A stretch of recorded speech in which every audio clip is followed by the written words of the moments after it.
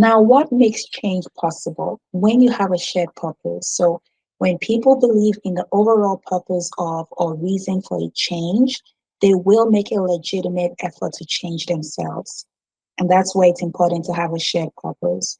Now, reinforcement systems. It's important to have reinforcement systems in the structure, management processes, encouragement, communication, measurement, um, to make sure that all of this is incongruent with the desired change initiative. Now, skills required for change. Training is important when change is going to happen. Training is an efficient and effective method than trial and error. It equips people with the knowledge and skills they need to be successful to handle the change effectively. Now, you want to have consistent role models as well. Now, the presence of a role model makes change real. It demonstrates in real time that change is possible. Many role models need to be present throughout the organization, management, executives, as well as employees that also have reverential powers, so have charisma, social capital. You want to bring those on as role models as well to keep the message of change alive until it becomes part of the way the organization operates.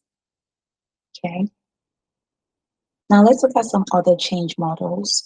We have Lewin's model of change: unfreeze, change, refreeze. Basically, in the unfreeze stage, you recognize the need for change, determine what needs to be changed, encourage the replacement of old behaviors and attitudes, ensure there is a strong support from management, manage and understand the doubts and concerns that people may have.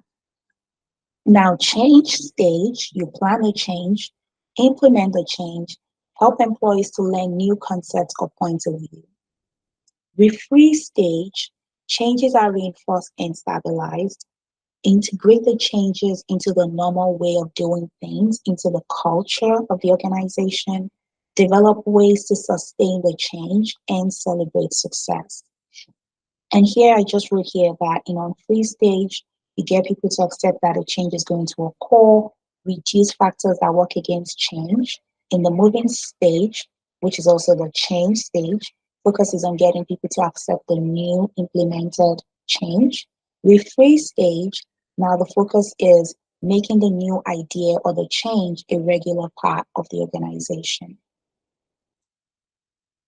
Now, Kotter's 8-step change model. What Kotter was saying is that the steps in change is you want to create urgency, build coalition, develop vision, communicate that vision, empower others to act, celebrate your short-term wins, you want to consolidate, and you want to anchor change.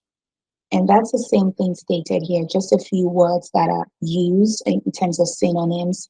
But that's basically what Kotter was trying to say in his 8-step change model.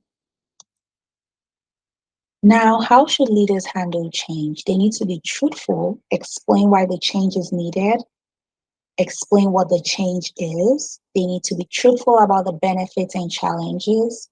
They need to listen, get feedback, respond to the employees' reactions, and ask and work for the individual's commitment. Now, facilitating change.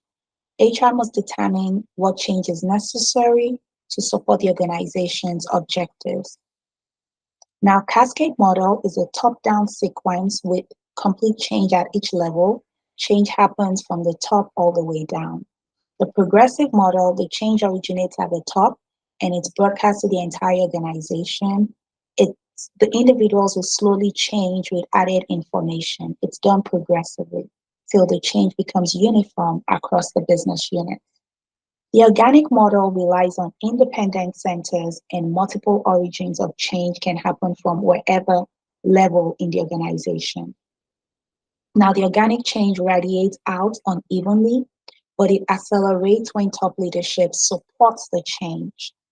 Now, the key to remember in change management: awareness initiative may not go as planned, so HR needs to be adaptable and flexible. Everyone in the organization actually needs to be adaptable and flexible when change is happening, and look for indications in available data on what to improve or what to change in that process. Now, the integrated view of change is basically integrating multiple change models for success in change management. So you can integrate the Kotter-Lewin's change model, integrate that with the Kotter's 8-step change model to have greater chances of success in the change management process. And that's what this is. As you can see, this is the Kotter's 8-step.